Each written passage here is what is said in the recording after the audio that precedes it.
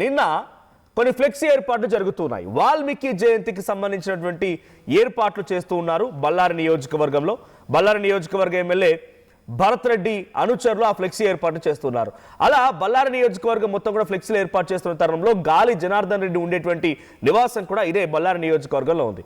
అయితే ఆయన ఇంటి కాంపౌండ్ వాళ్ళు కూడా ఫ్లెక్సీ ఏర్పాటు చేసేందుకు వాళ్ళంతా సిద్ధమయ్యారట. సో ఇంటి కాంపౌండ్ వాళ్ళు ఫ్లెక్సీలు ఏర్పాటు చేస్తూ ఉంటే ఆయన కాంగ్రెస్, ఇక్కడ నారా భరత్ రెడ్డి కాంగ్రెస్ అండ్ రీసెంట్ గా గాలి జనార్దన్ రెడ్డి బీజేపీలో జాయిన్ అయ్యారు.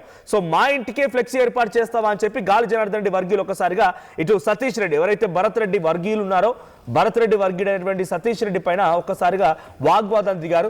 ఆ తర్వాత ఒకరిపై ఒకరు వాగ్వాదం చేసుకున్నారు.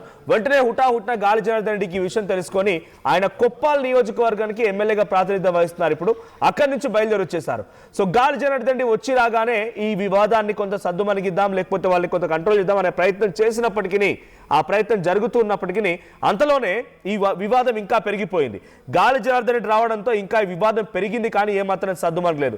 సో గాలి జనార్దన్ రెడ్డి గన్మెన్ దగ్గర ఉన్నటువంటి గన్నే తీసుకొని, అంటే గాలి జనార్దన్ రెడ్డికి పక్కన గన్మెన్ ఉంటే ఆ గన్మెన్ దగ్గర గన్ తీసుకొని ఇక సతీష్ రెడ్డి ఫైరింగ్ మొదలు పెట్టాడంట. దీంతో అవతల వైపు వాళ్ళు కూడా గన్ ఫైరింగ్ చేయాల్సి వచ్చింది. సో ఇరువైపులా గన్ ఫైరింగ్ జరిగింది. గన్ ఫైరింగ్ లో మరొక వ్యక్తి కూడా మరణించినట్టు తెలుస్తోంది.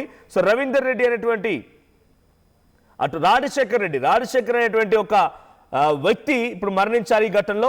సో రాజశేఖర్ అనేటువంటి వ్యక్తి Congress party activist, so Congress పార్టీకి సంబంధించిన కార్యకర్త దీంట్లో మరణించారు. సో విజువల్స్ మనం చూస్తాం ఏ స్థాయిలో అక్కడ తారస్థాయికి గొడవ చేరుకుంది, ఒకరిపై ఒకరు వాగ్వాదం దిగడాలు, గన్ ఫైరింగ్ సంబంధించిన విజువల్స్ చూస్తున్నాం.